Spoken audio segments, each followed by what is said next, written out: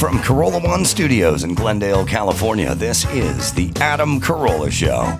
Adam's guest today, comedian Felipe Esparza, and the author of My Extra Mom. Gina Grad returns to the show to talk about her book.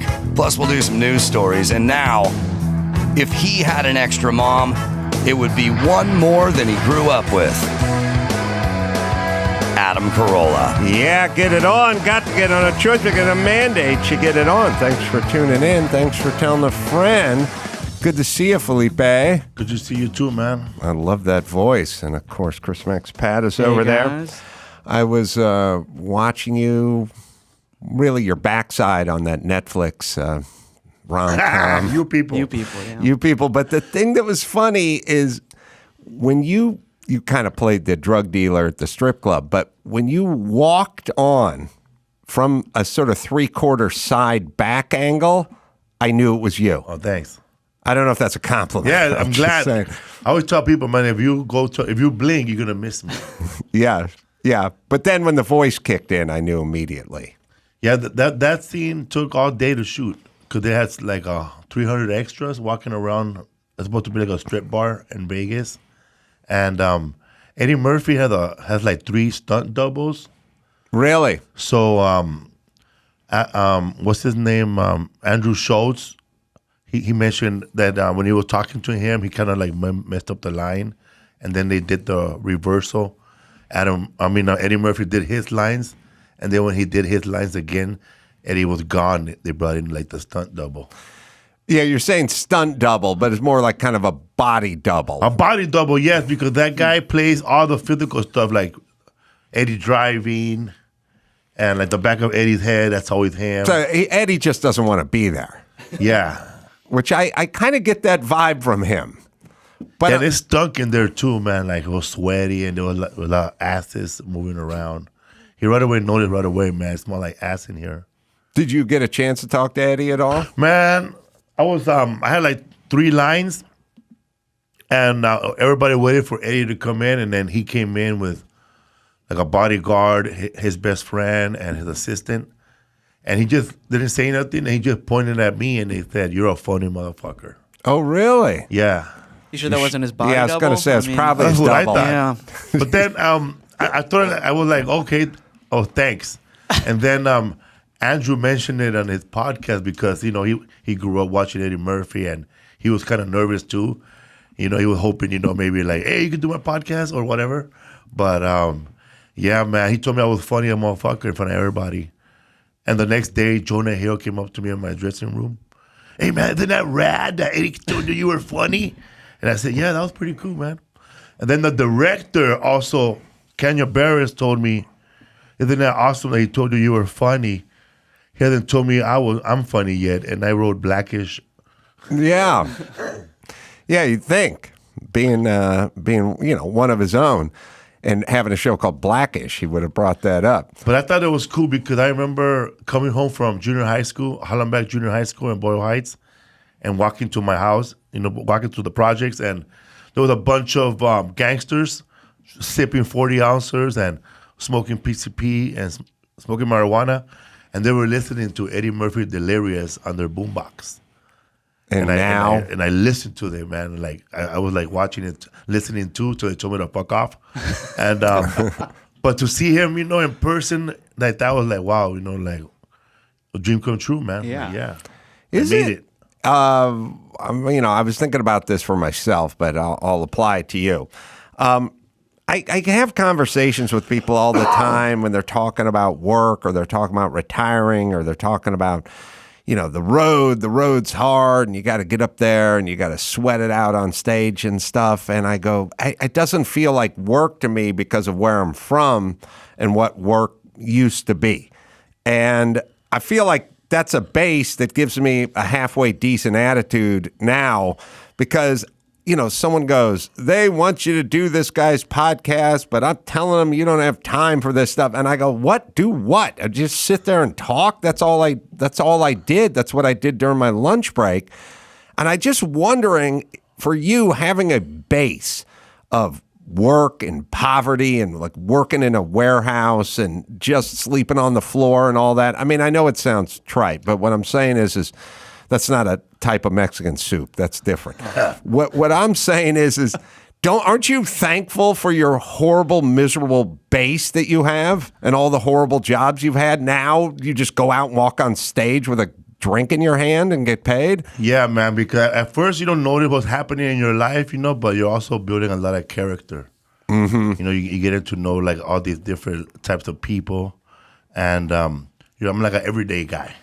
Because I pretty much had every horrible job, like janitor, security guard, selling souvenirs at Dodger Stadium, making hot dogs at Dodger Stadium. Oh, you made the Dodger dog. Yeah, and I threw the first pitch when I won Last Comic Standing. Oh, really? Yeah. Yeah, it's nice to come back. Well, speaking of returns, I was talking to Chris about you filming at a strip club. For Ari Shafir's show, This Is Not Happening. Yeah, this is not happening at the Cheetahs. Yeah. Yeah. You have a story about Cheetahs, right? Cheetahs? Yeah. I heard that Felipe robbed somebody there, or you were robbed or something at Cheetahs. No, not Cheetahs. Oh, all right. This is great producing. All right. No, my friend was a regular at Cheetahs. And A regular patron. yeah. And he ended up going there all the time, and he got tattoos of the stripper's lips on his neck. But he didn't rob anybody? No, I didn't rob nobody there. Oh. And were you ever robbed anywhere? Nah, I was robbed, but I was robbed for my drugs in the streets, but that's normal, but not like robbed because somebody wanted to rob me. Right. I wonder where this story came from. That's a weird. All right. Well, I was given bad intel. Let's talk about how Mama Cass died. She Yeah. choked on a ham sandwich. Same thing. Yeah, sort of. I'm kidding. Dawson's referencing something that no one's heard of. You're right. All right. So, I guess we'll just skip ahead to the news then. If you weren't, in fact, robbed at a I want to hear at about a him getting Cheetahs. robbed. I want to hear him getting robbed for drugs, though. Yeah, what happened was my friend Coco, he's dead now. He was killed. I think he died in a prison in Atlanta. He was like a kid, like 16 years old. So I was 17, and I had just got someone pregnant in high school, and I had no money. I had no money for anything. So he gave me a job selling drugs on like one night. He just gave me the drugs, and I went to go. He put me in a corner somewhere, and as soon as he left, within 45 minutes, I got robbed. They took all the drugs. Gunpoint? Knife No, point? knife point. The guy came behind me with a knife. He poked my back, and then I didn't even put up a fight. Just dropped everything and Yeah. said thank you very much. Is this Boyle Heights? Yeah. And I walked back to his house, and I said, listen, man, I got robbed right now. And he goes, who was it? And I said, I don't know. It was some crackheads over there. Were you in a gang at this point? I just needed a regular guy who needed money. Right. Oh. Yeah. And then we went back to where those guys were, and the guy started hitting everybody with his pistol, like slapping people around. Yeah, the pistol whip. Yeah, and then later on, they brought the drugs back to his house and said, I didn't know that guy worked for you. Oh, yeah. So the guy returned them. Yeah. What do you think your worst job was other than part-time drug dealer? Like, what was your worst straight job? Probably working at Broadway Macy warehouse. Yeah. Father Greg Boyle from Homeboy Industry, he got me that job after rehab. Oh, no, before rehab. And all day for like 8 hours a day, my friend and I, we were just separating clothing hangers. Like, there was a room bigger than this with a shitload of clothes hangers that they got from all the Broadways when they were shutting down. And they were in that warehouse, and him and I would just separate the hangers and put them in different boxes every day and tape them up. And that's how we did all day. I think we were going to do that till they ran out of hangers, but then they'll fire me. You had a couldn't short hang, hangers. Nah. So we were, just, it was just us. Like there was no supervisor, and we would just separate those hangers 8 hours a day. Go for lunch, maybe smoke a joint or not, but take like an hour lunch and come back, lock up the place, come back, and it was just us. That was the worst job ever. And the second one was same man, Father Greg Boyle. He got us a job at Columbia Pictures. He's a terrible recruiter for you. Jeez. Yeah, and we were breaking. Though you ever been to a studio in the bottom? They have these pipes. We were supposed to take all the pipes out of the bottom of the studio. So we were they film up there, but on the bottom there's a bunch of pipes and plumbing. You had to remove them. We had to remove them. So after a while, we instead of we figured, hey man, these are plastic. Let's just break them all. So we broke them all instead, and then that was another horrible job. And yeah, the PVC lasts longer than the copper pipes, at least in soil. Well, I was thinking about this. I was thinking about you. My first construction crew in like 1984 in Los Angeles was all white. The foremen, the finish carpenters, the laborers, everybody in the city of Los Angeles in 1984. Could you picture a construction crew now in Los Angeles that was all white? You'll never see that ever again. Not even in Dayton, Ohio. Right. Because my brother-in-law had a construction company. Oh, he does? Oh, Daniel Construction. And half of his work base is Latino. Yeah. That's who is doing literally the heavy lifting in every town now. Like if you ever work in a construction site with a bunch of like people from immigrants from South America, Nicaragua, Mexico, Guatemala, you gotta tell the motherfuckers to slow the fuck down, bro. Oh, They really? fucking work too fast, they. Yeah. You gotta tell them, hey, we don't build houses in one day in America. Right. We gotta fuck up the job, find another problem. Yeah, I remember working with a lot of Latino guys in Los Angeles, and there was a lot of kind of pride as to who the head was, and if you would fuck a guy up, because I'd go in there and like put my arm around one dude and go, he's the jefe, he's the maestro, this guy's numero uno, and then I'd leave, and then they'd all start fucking with him because they didn't like him being anointed the jefe or the maestro or whatever. They probably call him kiss ass in Spanish. I don't know what they What's call that it. sound like in Spanish? I don't know, man, but they might make something up with his name, like his last name is Becerra. Mm-hmm. They call him Bichi Beceron. Yeah. So kiss ass. Yeah. Or Martinez, Martinazo. They make it sound funny. They add something gay to it or something homophobic to it, like something has to do with sucking a penis. White people aren't allowed to do that anymore, but I feel like the Latino community can still make those jokes. Yeah, mostly immigrants. Immigrants who come from the third world country like Guatemala. They still think it's all right. To hit your wife, maybe. Mm-hmm. Or keep her in place, or don't let her have an education. Because that's how my dad was. My mom had to learn how to drive on the side. Like my mom learned how to drive with like having a man on the side. Oh, she had to hide it.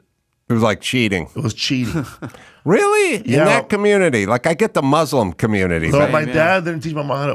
My mom had to learn on her own, and she couldn't get a job for a long time. So she just said, "Screw you! I'm gonna get my own job." And she learned how to speak English, and ended up making more money than him. What'd your dad do? He was an arc welder, like a welder. Remember, I told you he welded the Panama. Oh, that's right. You told me. Panama Canal. You told me you went there in 1971 to build the Panama Canal. And I was like, I think it was built in like 1882 or something. And you're like, When they put in cement. my dad worked on the Panama Canal. Got the pipes. And it's like, your dad may have worked on the Panama Canal 100 years after it was built, but he didn't build the Panama Canal. That was that. Well, so was your dad Panamanian? Not even. He was Mexican. Oh, really? But my unless my dad lied to my mom or somehow it was a big lie, he said that the company that he worked for, they welded some of the parts that were then shipped to Panama afterwards. They were done. Yeah, to be fixed. I mean, to maintain it. I don't know what year. 18? No, probably. And when was your I dad don't know, born? 1908 or something. When did the Van Halen song come out, bro? Oh, Panama. that's when. Yeah. Panama. Yeah, that was the year your dad said he built the Panama Canal. But it was Yo, Yeti. it was built from, I don't know, 1903 to like 1911 or something. We'll figure it out. Well, finished in 1914. So your dad was just a young welder back then. I guess that when you get older, you start lying, about situations. Like I'll probably be one of those old grandfathers, old Mexican dads in his 90s or 80s. Tell us about Obama. Tell us about Bin Laden. Oh, Bin Laden. Oh, I beat his ass in Fairfax High. I beat his ass in Fairfax High. He was walking around with a Judas Priest jacket. I said, puto, you're a poser. Yeah, it was, pre the internet, you could really say whatever you wanted to your kids. There's no way anybody can confirm whatever you did in World War II once you got back. I mean, you could have spent the entire World War II in a whorehouse with a venereal disease and you just say, I wrestled Hitler. And there's really nothing they could do about it. Those were the good old days when you could tell the promoter you've been on Tonight Show and he can't even verify it. Eh? Right. You could say you walked uphill to school and uphill on the way back too. Like there's nothing. You could have lived in Bakersfield and said you walked in the snow 3 foot high to school. I mean, you could say anything.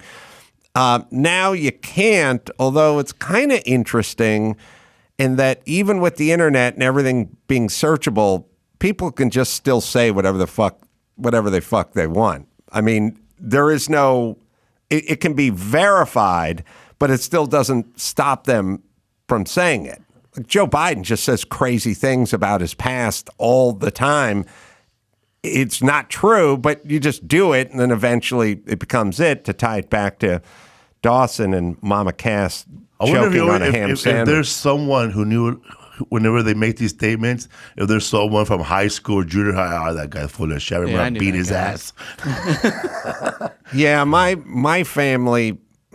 My grandmother used to say that she was a daughter of the American Revolution or something, that she had some great-grandfather that signed the Declaration of Independence or something like that. And my mom would always just go, no. Shit. I mean, she hated her, but she would just shake her head like a pitcher that was shaking off a sign. She'd get halfway into your great-great-great-great-grandfather sign, and my mom would just shake off that slider. She would just see her head just going, Didn't happen. I never said that. Did you? Well, she'd say she said it. She would just say she was lying about it. But no that's fact only, checkers. It's only because she hated it. We found a bit, and it was because it seemed like only yesterday, Chris was explaining to me that you got robbed at a strip club. That's what I heard. And I was like, oh, that's interesting.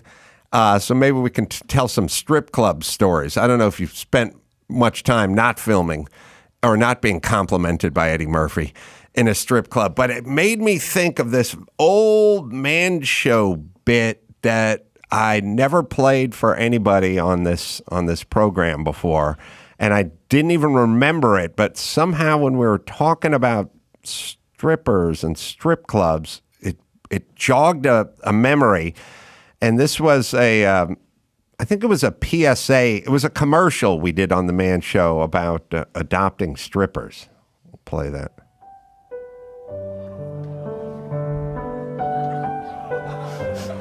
When you see footage like this, your first instinct is to turn it off. I know I wanted to, but I couldn't turn away. Strippers. They're strippers. Strippers who can't afford luxury apartments or flowers for their lesbian lovers because all their income goes to the simple necessities and cocaine. I've seen this tragedy over and over again.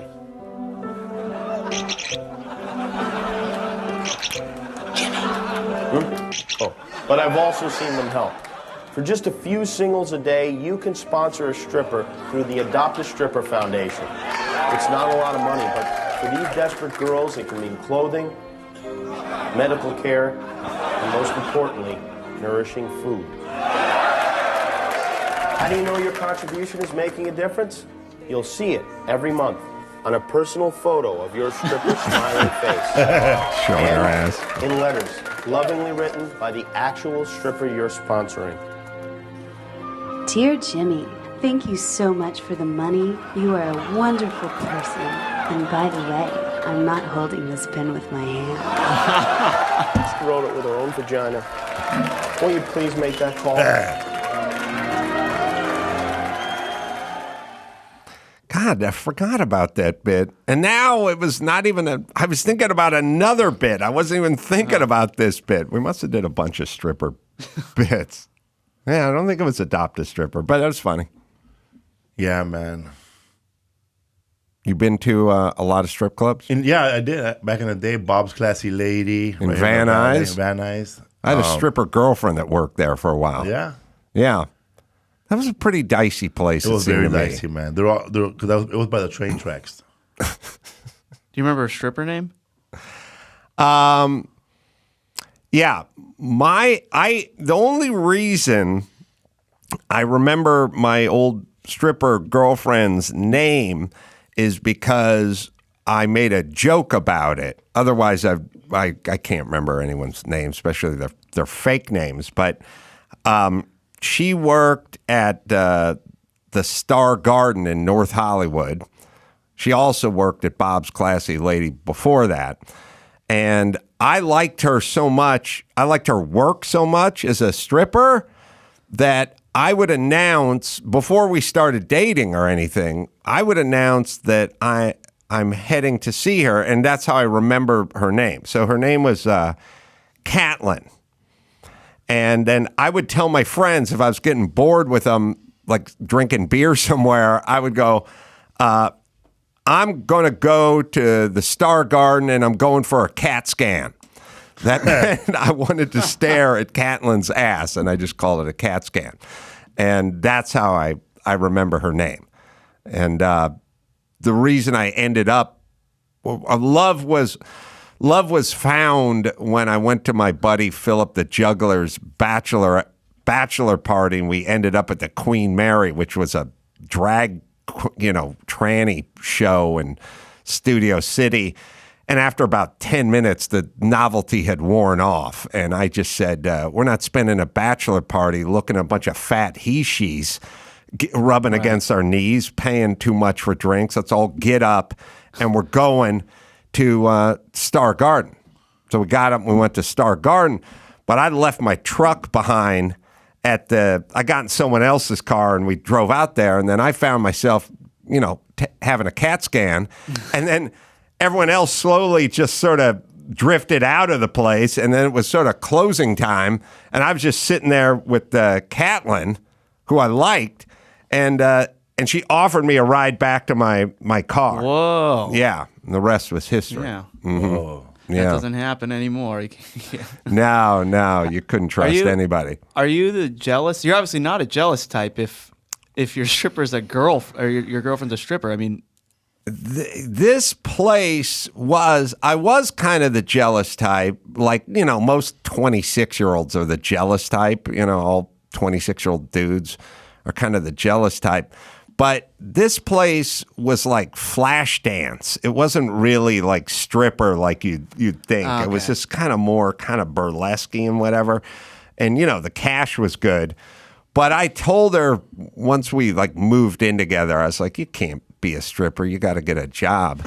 So she got a job, and she got a job at Daly & Associates, which was the brother of Albert Brooks, ran Daly & Associates, and Bob Einstein, I think, or that was Albert's. Anyway, last name's Einstein. Anyway, she worked there. That's where Albert Brooks would film his movies. right. That's why he was always an ad exec guy. And she got a job there, and the job paid like $8 an hour, and they took taxes out, and she had to be there at 8 a.m, and it sucked. And then she was always mad at me because she had her old job. She made a ton of cash and had a good time and didn't have to declare anything.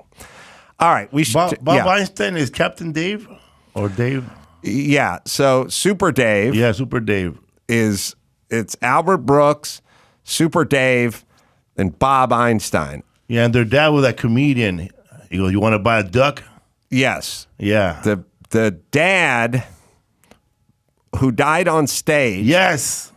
At a Lucy and Desi roast was named. Parker Carcass. What the fuck? How do you know? Yeah, because I have a podcast with my friend Butch Escobar, and it's called History for Fools. And the way you and I were talking, we did a series of history of comedy. And Parker, when Bob Einstein's dad was a stand-up comedian, a lot of the comedians had a name reference to their bits. Like if you were like a accountant, Bab accountant, it was something like similar. So he was Parker Carcass. Yeah, that was him who died on stage. And I think Super Dave, one of them was there, or it was horribly traumatic to the young. Everybody was laughing too because thought it was a bit. Yeah. Yeah, I think Bob ran Daly and Associates. I went to Super Dave's memorial, and they all spoke and all that. All right. I think you've talked about Super Dave before too. Yes, I have talked about that. Yes, and Super Dave was. You ever meet Super Dave? No, never. You ever meet Albert? Yes, I did. Actually, I did. I was like a couple of years ago. I got a call from I forgot this manager or agent's name, but I think he used to be married to Felicia Michaels. Mm-hmm. I don't know who that is. Yeah, and then he said that Louis C.K. wanted to meet me. So, and I was like, come on. So they got a hold of me, and I ended up meeting Albert Brooks, Louis C.K., and Greg Daniels in the same room. And they all masturbated on me. Nah, I'm just kidding. They were all cool. We were talking about a television show for something or a cartoon, but nothing ever happened. We'll take a break. Felipe is going to hang with us. I got many questions and stories, and we'll do that right after this. SimpliSafe. Today's episode of the Adam Carolla Show is brought to you by SimpliSafe Home Security. Protect your home with advanced security tech, 24/7 professional monitoring. It's all there at SimpliSafe. We all use SimpliSafe here. It's easy to hook up. You do it yourself. Takes under half an hour. Peel and stick. Batteries last up to 10 years. In emergency, SimpliSafe's professional monitoring agents use fast protection technology, capturing video evidence and verifying the threat is real to get you a priority police dispatch under $1 a day, less than half the price of traditional home security systems. Lock and unlock your doors, access your cameras, and arm and disarm your system from anywhere with their app. Customize a perfect system for your home in just a few minutes at SimpliSafe.com/Adam. And go ahead and when you're there, you can grab a free indoor security camera plus 20% off your first order. Customize a perfect system for your home in just a few minutes at SimpliSafe.com/Adam. And you can get a free indoor security camera plus 20% off your order with interactive monitoring. SimpliSafe.com/Adam. That's SimpliSafe.com/Adam. There's no safe like SimpliSafe. I was at a bar one time trying to pick up on some girl. She started giving me advice. She said, you know what? If you were to lose 35 pounds, you'd be kind of cute. I said, man, if I did all that, I'll be over there talking to your friends. I don't know if you know it is right now, but this is called taking one for the team right here. That's why my friends are over there having a good time. We're right here sitting with all these purses. Felipe Esparza is on the Adam Carolla Show. Yes, he is. He's got live dates, Durham, North Carolina, Carolina Theater. It's coming up March 4th, and then March 10th, Texas Plaza Theater as well. And you can find his dates on his website, FelipesWorld.com. I got travel discussion for you, and I don't know. I know you're doing dates all over the place. You probably spent a lot of time going through airports, that kind of stuff.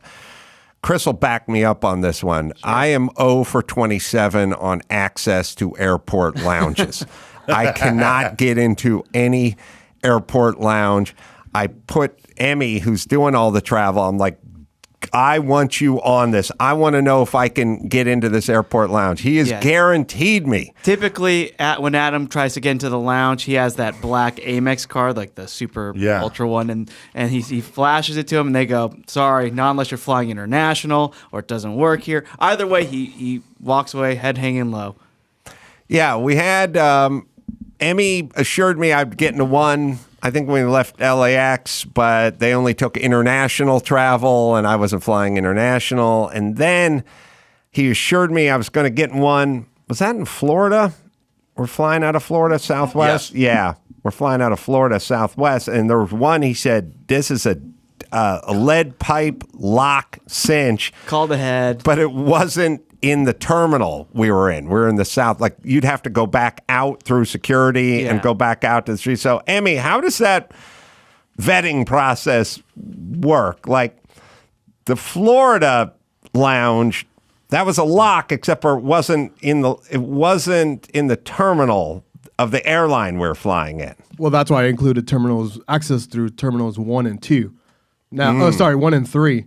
But I definitely didn't call, so I'm not sure where that came from. But the Escape Lounge is a satellite lounge for Centurion members. Centurion, eh? That's me. I'm a Centurion member, but I can never find that lounge. I just find all the lounges that they say when you get the Centurion card, you get like a leather-bound book, and it tells you all the things you can do with this black card.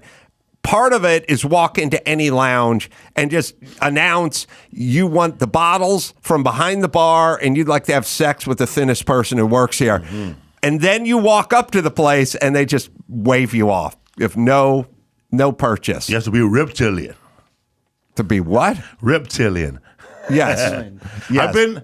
I got to get on. I was upgraded once to first class, and I sat next to this really burly, big old Chicano-looking Mexican fool. Right, he was 6'4", and he ended up telling me he was Chris Franco's bodyguard back in the days. So this guy had like 1 million miles, and he was just chatting, and he knew my comedy, but he just kept talking. So he invited me to the lounge, the one you're talking about, the one in Chicago. Oh my God! Oh my God! Nice lounge. That lounge has beds to take naps. Yeah, some have showers. Has showers, dude. A sushi lady. Omelets. You're killing me. Oh, dude, omelets. The fucking newspapers ironed, I think. Yeah, they iron the newspaper. They iron the newspaper. It's sharp. You can cut your fingers.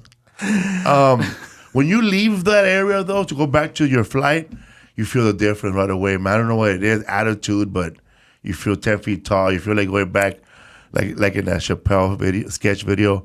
Hide your money, man. There's poor people around. The very last leg of the trip was us in Baltimore at 8 a.m, and Chris spotted a lounge.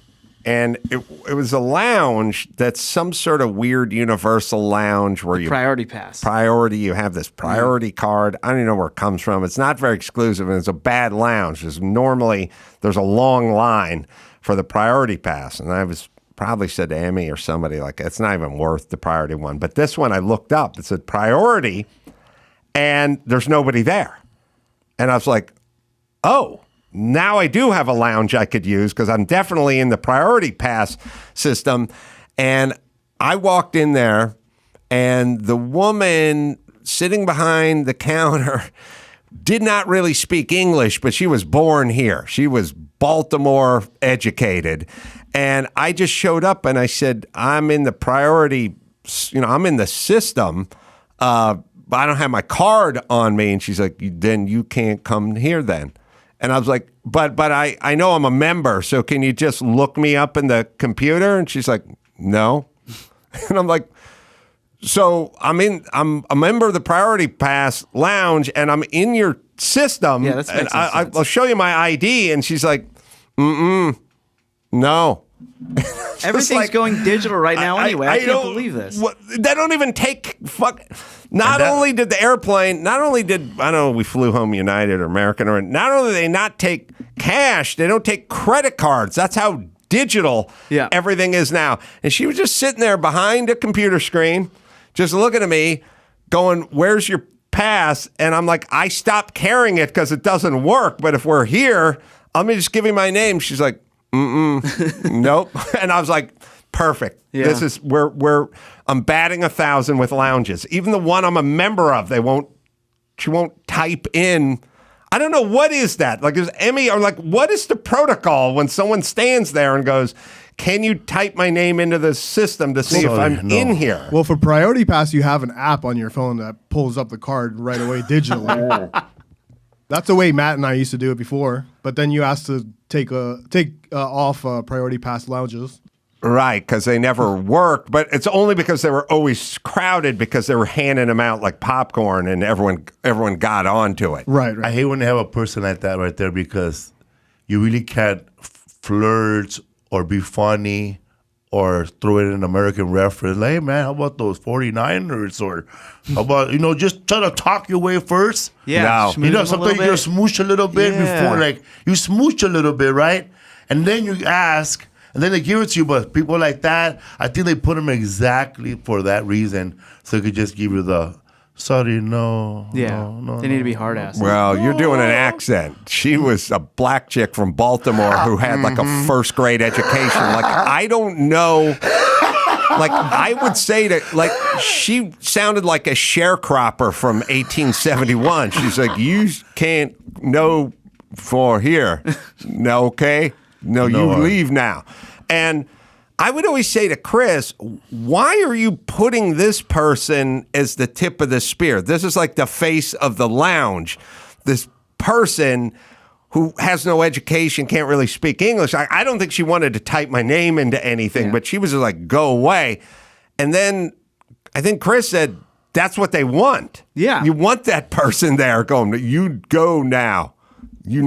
Be here." They probably told her, "Stand right here. I'm going to go to the bathroom. I'll be right back." And She never was just came saying back. no. Every single one of these. Like, she's probably looking around, "Man, hurry up. They're going to go take a shit." No. Please. They have a so it's an interesting math equation. Every lounge and the American Express, Black Card and all that stuff, Centurion card, they want you to think it's super accessible when they're advertising it. You'll get this, you'll get that, you'll get everything else. Once that's done, then the next job comes, which is to repel anyone who walks through the door. So they're essentially saying, "Come over here, get our tacos. We have the best tacos in the world." And then you walk across the street and then they go, "Get the fuck out of here. You're getting no tacos." So one side is overly ambitious with, "Here's what you get." And then the other side is, "I will figure out a way to push your fat ass out of this lobby and back into the terminal." Right. And I've been told 1,000 times by 1,000 people, "Here's what's going to work. This card's going to work. You have their access number. You can go in here and you can do that." It's never happened. No lounge for you. No lounge for me. Yeah, there's something about creating like that demand too. Like I know people who've worked for famous YouTubers, right? And they'll have a merch drop. So like, "Oh, we got 500 shirts, limited edition. Order yours now." And then he'd have my friend make them. He's like, "Oh, I only need you to make 50." Right. I need these things just to sell out right away, and then it just looks like there's a ton of demand and there was hype. All right. Speaking of, so you did get into a lounge once. Yeah, man, that was badass. Did I say Chris Franco? I don't know the actor's name from Batman. Wait a minute. Chris Franco's a comedian. No, I'm talking the wrong person. Right. Whoever the Batman is. There's Pineapple 26 Express. Batmans. Pineapple Express, dude. Oh, that's Dave Frank. Dave Franco's bodyguard. Or is that his brother? Yeah, James Franco. James Franco's bodyguard, the guy I sat next to. That makes There we sense go. now. We got there. So he has like 1,000,000 miles. Oh, and his I don't know how it works for you guys, but this guy has I don't know what level he is with his airline, but when he got off the plane, there was a female employee from the airport, from the airline, greeting him when he came out. He goes, "Hello, Mr. Guerrero. Welcome to Chicago." Yeah. And when he got back on the plane, there was another employee waiting for him. "Hey, Mr. Guerrero, would you be an assistant? Would you like a water when you get inside?" But he was the only one that was treated like that. Yeah. All right, next. I was a peasant next to him. Next. Yeah, you're two big dudes to be next to each other on an airplane. Yeah, he's a big ass dude. I bet. I've been in a plane with Bruce, bro. Who? Bruce, the comedian, black comedian. He's pretty heavy too. Oh, okay. I said it twice. Yeah, I heard that part. Do you know who that is, Chris? I don't know Bruce. I know Earthquake. Yeah, Bruce. You know, here he is, my man. You know him. Oh, he's a big dude, yeah. Yeah. 6'3", something pounds. I think James Franco got canceled. Did he? For the acting class school, right? Yeah. Assume when you sign up for acting class, the teacher wants to fuck you. That's a given. There hasn't been one acting class where the one short actor didn't get behind you and try to give you a shoulder massage. Mm-hmm. Yeah. That's how you get in, you know. Are you acting much? Yeah, I take an acting class once a week. I figure if I get a role, it'll pay for the whole year. Mm-hmm. That's a good investment. How'd you get the Netflix gig? Oh, I got a call, and they asked me if I wanted to do it. And I didn't have to audition. Oh, I think the casting director, I'm messing up her name probably, Allison Jones. Oh, yeah. I think they called her, and then she called, we need a Mexican probably, you know, and Felipe Esparza is perfect for this. Mm-hmm. Yeah. Allison Jones casts all the major comedies. Maybe Eddie Murphy put the call I hope so. But Jonah Hill was a fan too, so I think he did it. Yeah, Felipe's stand-up. I'm trying to think of the special I saw out of not Sacramento. San Jose, yeah. It was a few years back, but that's a really good special. That's the one I produced myself with my wife, and we sold it to HBO. Yeah. Dude. Throw the name out so people can go find it. It's called, it's not out there. Translate this. It's not out there yet. Because we own it, so we don't have it out there. Oh, you can find clips of it on the internet, but not the whole special. Not out there yet. I remember seeing old pictures of you and Paul Rodriguez in Fluffy back in the day. Like you three toured together. No, that one was that the Border Patrol handcuffing us. I think so. Yeah. Yeah, that was. Tell a funny story, dude. Gabriel Iglesias was headlining the El Paso comic strip, and Paul Rodriguez was doing like a corporate gig somewhere, and he found out that we were there, and we really never hung out with him, you know. So he fucking shows up with like two badass bitches, dog, like badass chicks, dude, like super hot, and he starts hanging around with us, and then he ditches those chicks. I don't know how, but he told those chicks leave. Then he sees another woman, you know, with big boobs. Like she was in a car, and she goes, "Hey, Paul," and then she goes, "Hey, you want to go get some tacos?" And we all jumped in her van and went to cross the border to Juarez, Mexico. Like I didn't even think about it, man. We're going to another country now. This is 2 in the morning. This is like 2 in the morning in El Paso. Is Paul directing this? Paul's directing this. He's buzzed too. And then we're like young comics. And then Gabriel Iglesias, you know, he's even younger than all of us. He goes, Paul, it's like 1:45. Everything's closed. Then Paul takes out like a lot of cash, like a big old cash. He goes, "Yeah, everything's closed if you only have 5s on you. Let's go." Right. Wow. So we go across the border. He invites more people we don't know. Like, "Hey, Paul." He goes, "You want to go have tacos?" Yeah. So now it's like a bunch of us in that minivan going to Mexico. We cross the border, and it's dark, dude. Like, it's like El Paso was lit up, you know, like, as soon as we cross the border, it's fucking dark. Yeah. Like in Narcos, the show, like a cat passes by. Mm-hmm. The helicopter just, you know, going somewhere. We find a taco stand, and then Paul starts talking to more girls there. "You guys want to go across the border?" Just joking with them, right? But we ended up eating tacos. When we crossed the Border Patrol, there was too many people in that van. And they take everybody out, everyone out. And the Border Patrol is a big fan of Paul and Gabriel. So we took a bunch of photos with them. And I know there's a photo somewhere. There it is. Wow. That's Paul, Gabriel Iglesias, me, Guillermo, Armando Cosillo, that guy in the back. His name was Guillermo. He passed away. He had like some kind of cancer in his cheeks, and he passed away. The guy looking in my pockets. That's just like 20 years ago? Yeah, man. It's like 2004. Wow. Yeah. You know what's nice about eating tacos in Mexico, or at least my experience eating tacos in Tijuana, which I've done a lot of as a youth? I was impressed that you were kind of on the honor system. They would just keep handing you tacos, and when you were done, you would settle up. And you'd go, I had 7 of these mini street tacos. that wouldn't work now. I was eating street tacos in Tijuana in 1980, 1981. That was like a long time. It took a long time for the street tacos to get from the streets Revolution Boulevard. Revolution, Hong Kong. Where's the Hong Kong part come in? No, the Hong Kong is like a 24-hour strip bar. Oh. Ah. Oh, I was thinking about the unicorn. No.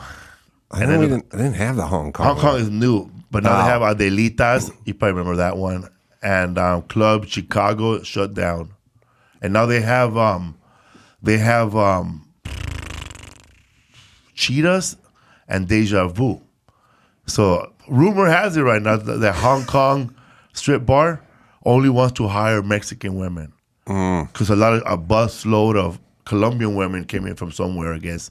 And then so they said we're not going to hire. I hope they're not listening to me. I don't want people to get in trouble. Yeah, geez. But Deja Vu just opened up like as soon as you cross the border, Deja Vu is right there. So the Deja Vu said, bring in the Colombian, coño. You used to have to drive a little bit to get to Revolution. I don't know, 10 or 15 minutes. And then the strip clubs would be on Revolution, like down in the basement. Everything was down the stairs. But you could go over there, eat tacos all you wanted, and then just settle up when you're done. They trusted you. I don't know if they do anymore. And then the street taco didn't make it here for another like 30 years after that. Like street tacos, like everyone's serving them now, but they had a 30-year head start in TJ on the street tacos. Street tacos didn't come out till after I was in high school. Like after high school, like I would say like in 84, 83, there was a King Taco, the restaurant, the official restaurant, but not a King Taco truck. Like you had to go in. There was not that many taco trucks. I think they still have some of those. But later on, you got tacos from everywhere. But man, Paul Rodriguez kidnapped us, bro, basically, bro. And because I thought, that he was going to end up going, like after TJ, after going to Juarez, Mexico, we're not going to see him anymore. But he ended up staying in El Paso. And he ended up crashing our show again that night. The next night. Now he knows he likes to party. And the next night, he took us to a strip bar.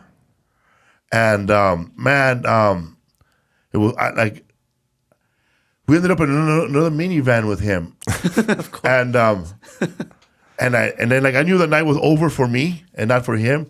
And I had like a fat ass Viagra that somebody gave me in San Francisco.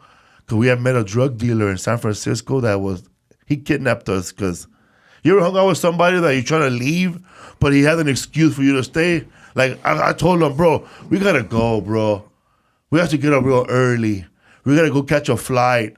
Bro, I have a jet. I have a private plane. We could fly out of Fresno. I have by a farm. Nobody knows about it. This is your San Francisco drug dealer. And then he goes, nah, bro, we got to go we got to go tomorrow, man. We have to go buy a pet, bro. My homeboy, bro, he breeds pet bulls. Everything. I have my friend has a zoo. I have a dental appointment. Dude, we kidnapped a dentist from Mexico. But this guy gave me Viagra, mushrooms, all these pills, right? So when I saw Paul with a very young stripper, and I said, he needs it more than me, the no older man. So I gave him the Viagra, bro. Yeah. To Paul Rodriguez. Yeah. And then that girl goes, my mom's, she's a big fan of you, Paul Rodriguez. Can you talk to my mom? Before you fuck me? How about wow? So But here she is. So Paul goes, "Órale, hey, how are you?" But Paul, he looks at Gabriel Iglesias. He goes, "Hey, I heard you do a good impression of me." "Yeah, I do." "Here, talk to her fucking mom." So Gabriel Iglesias talking to the mom while fucking Paul Rodriguez is making out with her daughter. So we don't see Paul till like the next day, and he looks his age now, bro. Like he's always all disheveled. He looks like if P-Rod hit him with a skateboard across the head. And he looks at me, he goes, "My dick was harder than times in the South." Yeah. And he pointed at me, he goes, "You, my friend," he goes, "you will never go hungry in this business." Oh. And then after that, he started taking me on the road. Oh, you started opening for him? Yeah. Always fucking with me too, like playing tricks. Yeah. Like what? Like what? You know, you're a young comic and you don't want to upset the headliner. Like if I was opening up for Adam, I would never do anything, you know, to have him hear about it, you know. Like if I do bad shit, I'm gonna make sure he don't know about it. Could be on your best behavior next to him. So he Paul calls me up screaming like out of his lungs, you know. "What the fuck, man? What is this shit I hear about you fucking complaining the moment you got here? So your fucking room is too small, this and that, que la chingada, pinche way, fucking asshole, right, blah, blah, blah." And I'm like, first I pause, I don't know what then I'm thinking in my head, like, you're trying to think, like, who did I piss off on the way here? Right. You know, trying to relive my whole day. Hey, man, I wasn't complaining about nothing. If I did, I'm sorry. And he goes, yeah. You will when you see my room. And then he hung up. And then he was just bragging about his room. Yeah. Oh, right. Just a little humble brag. So you only went to Mexico once with Rodriguez. Yes. That was only one time, man. You're going back. How are you and Fluffy now? Because I've heard like that you guys had a beef for a while. I'm cool with everybody, bro. Yeah. I'm cool with everybody. Like there's a lot of comedians, you know, it's going to be impossible to get along with everybody forever, you know. Right. You know, there's some comedians that I fuck with, and then some who I don't fuck with. But when I see the people, like if I see Gabriel Iglesias in the airport, we're going to say, "What's up?" You know, I know you're there. I know I'm right here. Yeah. And then we're going to go our different ways.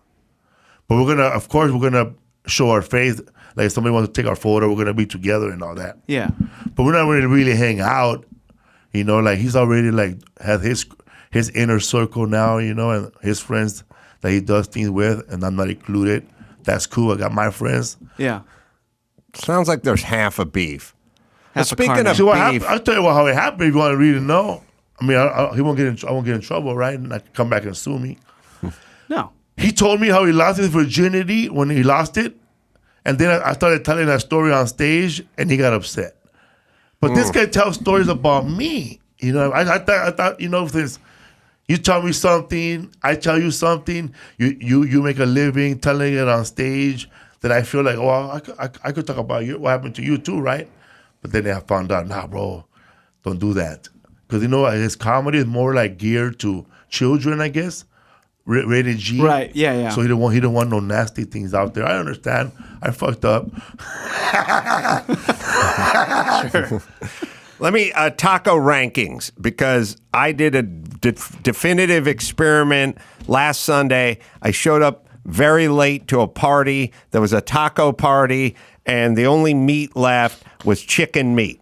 Oh. The beef was all gone, and the fish was all gone, and all they had a huge pile of chicken, which I've always said, I don't think anyone likes chicken tacos over beef, fish, pork, or anything else. Right. But this was an experiment. It was just like 10 different people from all walks of life. First went to beef, then went to fish, and the chicken never got touched. That's all they had waiting for me. So give me the taco rankings. Oh, man. But carne asada taco will probably be number 1. Yeah. Al pastor number 2. Yeah. Pork carnitas number 3. Mm-hmm. And everything else after that, they gotta fight for 4th place, man. Yeah. Because some people actually like chicken, but if they actually like chicken, it's because they don't want to eat beef, or they're vegan now, or they have dietary things, man. Aren't you vegan? Yeah. That's how I know, bro. But I know, like, 4 could be lengua, you know, like cow tongue. That's one of my top ones. And my shit, but I used to like number 5, bro, cheeks. Oh, yeah. Buche, yeah. That's my shit, bro. And brains, cabeza. Sure. Really? I used to fuck with all that shit. But you got to eat that stuff because it's not like a carne asada burrito. You could eat a carne asada burrito. You could eat a chicken burrito, but you're not gonna fuck around and eat a tripe burrito. You're gonna eat no lengua burrito. You're gonna That's eat too a much. hyena. That's too much fucking meat. Yeah, you just want a little taste of it. And it's gamey. Like I've been to places where there's a cow head right on the grill, already steamed, and all they're doing is scraping cheeks out and cooking it again, bro. And that's all like toe jam, but it's fucking delicious. But now you're vegan? Now I'm vegan, man. Now I rank it as Al Pastor #1 vegan. Yeah. All Soy right. curls. Yeah, I went to a taco stand the other day. Let me know what you think about this. So I saw it was a taco cart at a party, and there was this girl ordering in front of me, and I was listening to what she was going to get. And the lady goes, "Do you want chicken, beef, or pork in your taco?" And she goes, "I want all three. I want the suicide." Look, I like where her head is at, but I'm with Felipe. It's all red meat for me. It could be the pork, it could be the beef. El Pastor is great. It's all that, and then at some point you get to chicken. I'll even get through fish before I get through chicken. Is if you're still hungry. And Yeah, most taco stands don't have chicken, by the way. Oh yeah. Yeah, that's like extra, Would you try any of the other meats down, like the tongue or the well, cheese? remember my grandfather, who's Hungarian, would make tongue as a roast.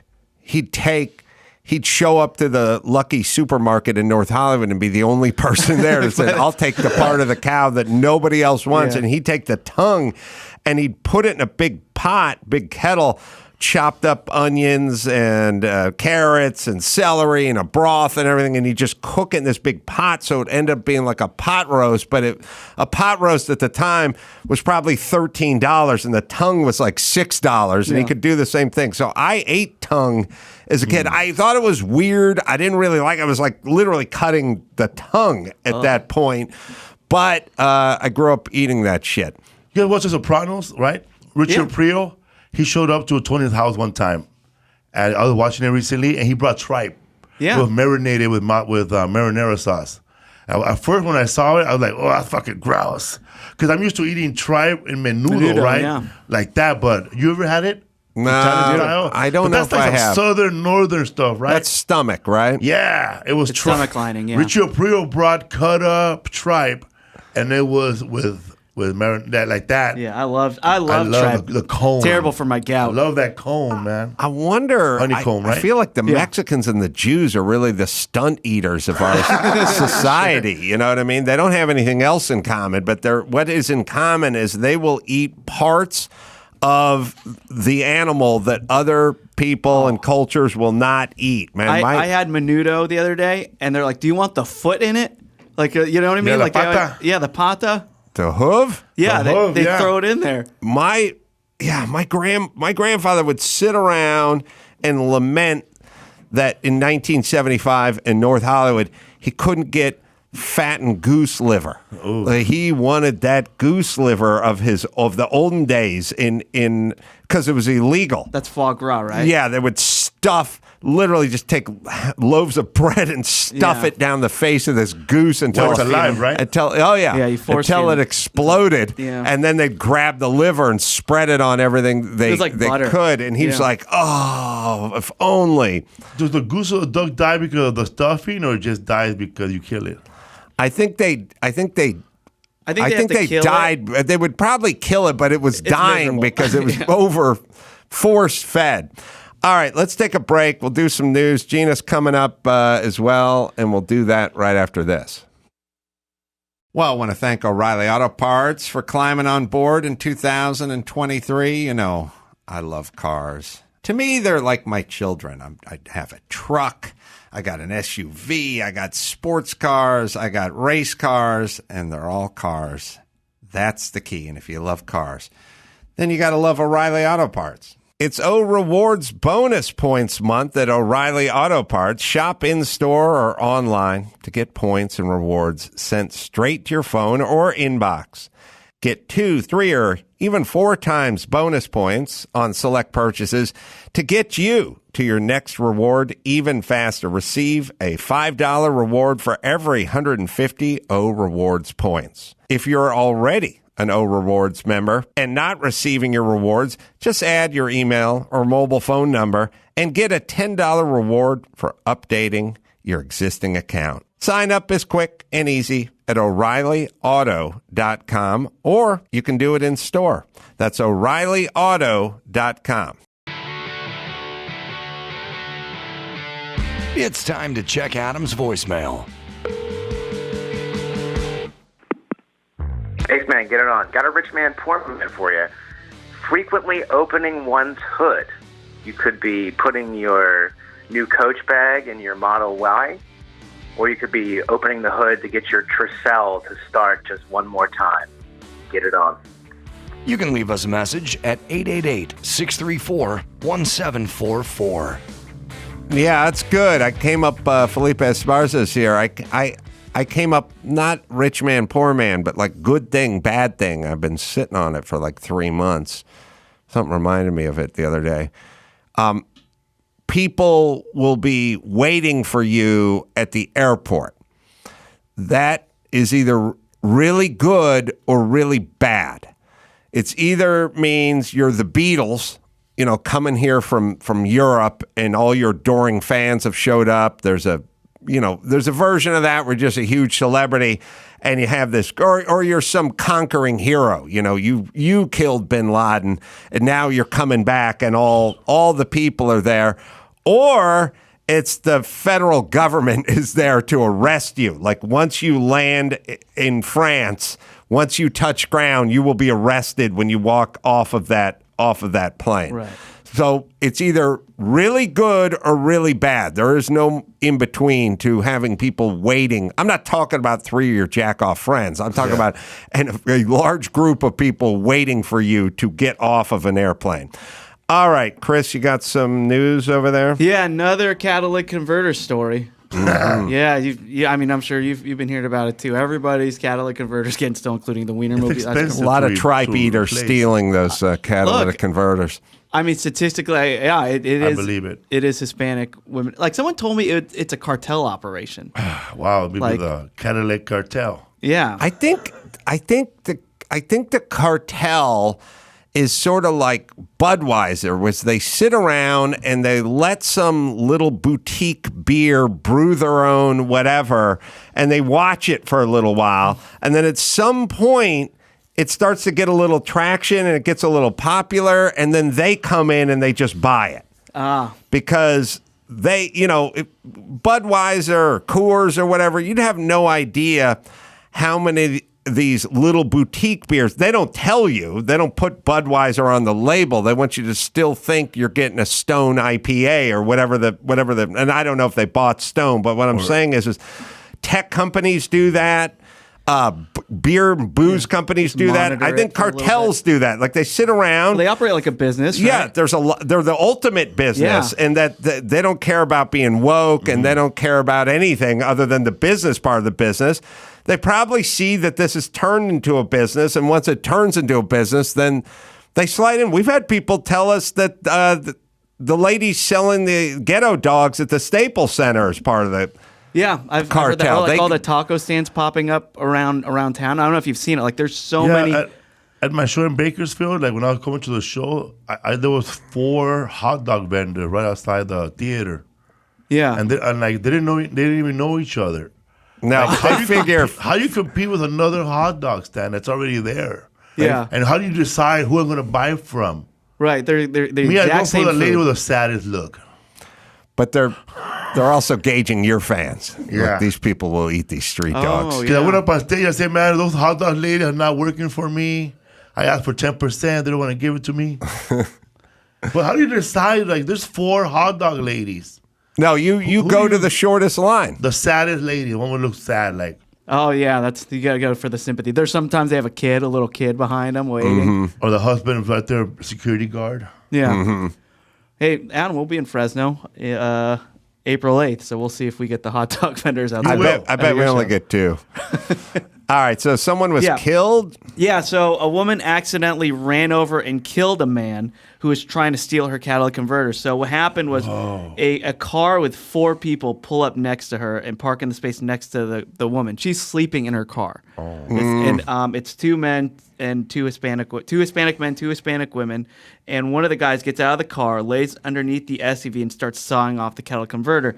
But then the sound wakes the woman up to where she just turns on her car and goes in reverse, gets out of there, right? Because she doesn't know what's going on. It's just a crazy sound. And she ran over the guy. He didn't die immediately. Felipe, you know that dude? Yeah, his name is Gordo Mamone from San Jose. Oh, really? You knew him? Wow. It could be. But anyway, so the sheriffs arrive and they find her car partially backed out and the other thieves' car still parked next to it, right? They didn't leave. And they rushed the guy to the hospital where he's later pronounced dead, and they detained the other 3 victims. So the woman, she's not getting charged with anything. Like she didn't, obviously she's not responsible, except the trauma of, I ran over and killed a guy. They obviously didn't know she was sleeping in her car. Right. They just slid under. In the SUV, you don't really have to jack up. You can just slide. Was she living in her under car? there. Unclear, but she was sleeping in her car, so. Yeah. Well, that's just Darwin taking out the garbage. Yeah. One less person stealing shit from other people. Good. Yeah, so in New York, these thefts have risen as much as 600%. What do they cost after they take it out? Like what 300. You get 300, $400 a pop, and it's like a 4-minute job. But that's it? Yeah. It costs more to replace it. Oh, it costs Like about $2,000, right? About $2,500 to replace it, and there's a back order for it. So if yours gets stolen, you're gonna have to wait about 6 months. It's basically it's just a bad societal sign. Like when you start seeing armed guards at schools and in front of synagogues, when they're the day they started putting on the big Lexan sheets in front of the gas station, you had to talk to the person through the microphone. Like these are all bad societal signs. These are indicators that society is heading downhill. Literally, when the biggest new theft ring is just for a part of your car that sits out on the street, and it's a pretty desperate act to come fire up the Sawzall and pull that thing out of there. It's just a bad sign. And you know what? I bet these guys aren't wearing proper eye protection. No. They're just sliding under there. That Sawzall fired up. Yeah, you start. You don't notice it till you stop to look. Oh yeah, man, my supermarket. They lock up the razors. Right. They lock up the baby milk, Similac. Horrible societal Similac, bro. indicators. People are stealing baby milk. Plus, this shit was impossible before the advent of battery-operated tools. So the reality is the person that came up with the battery-operated Sawzall thought, I'm going to revolutionize construction, not ruin everyone's car. But that's essentially what happened, because you can't do this with a hacksaw. Take you 45 minutes to do it with a hacksaw, maybe more. You can't do it with a Sawzall that plugs in. The first Sawzall I ever had, and all the Sawzalls that were on my construction sites, all plugged in. And the reality is the plug-in Sawzall, while it can be a little bit of an inconvenience on a construction site, it never stopped anyone from doing anything with it. You just put a 50-foot cord on it, tie it off, and just go do whatever you had to do with it. But the advent of the battery-operated Sawzall has fucked up millions of cars and lives, and somebody's responsible for it. Meanwhile, it's marginally impacted construction. Way more harm than good. Way more harm than good, because whether you're working around your house, in your garage, the cordless is a convenience, but you don't need it. You can plug a 50-foot cord in your garage and then go walk out to your driveway and trim tree branches or whatever it is. Is that nail gun cordless too? The semi-automatic. I think you need a lot more. People with? They have a cordless nail gun as well, a couple. But don't believe the movies, Felipe. I was watching that clip of that show, The Wire, when a little black girl goes to the Home Depot and she knows everything about that fucking saw. And she's having a regular conversation with a Home Depot employee. Yeah. So she knew that that thing that you could play with it and make it automatic. Yeah. No, you're talking about the saw or the gun? She could hack into it. No, the gun, the nail gun, the one that shoots nails. Yeah. They have a safety at the end. You got to push it down. So anytime you see a movie where the guy picks it up and starts firing it, it's fake. I fired nail guns at people all the time, but you have to take your hand, reach to the very end, and pull a safety thing in, and then you can fire it at people.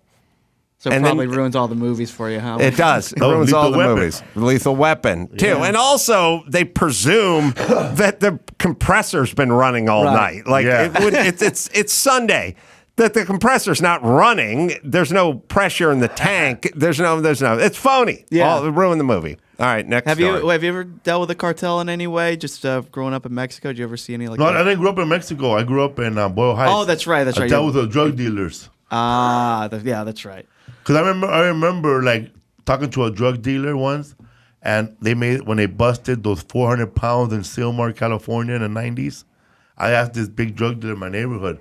He goes, "Did you know these guys?" And he goes, like, I can't even sit. You can't even. I can't even have dinner in the same restaurant where those guys hang out at. Yeah. Because they're like, I guess they're like, they're Bill Gates and we're buying laptops. Mm-hmm. Damn.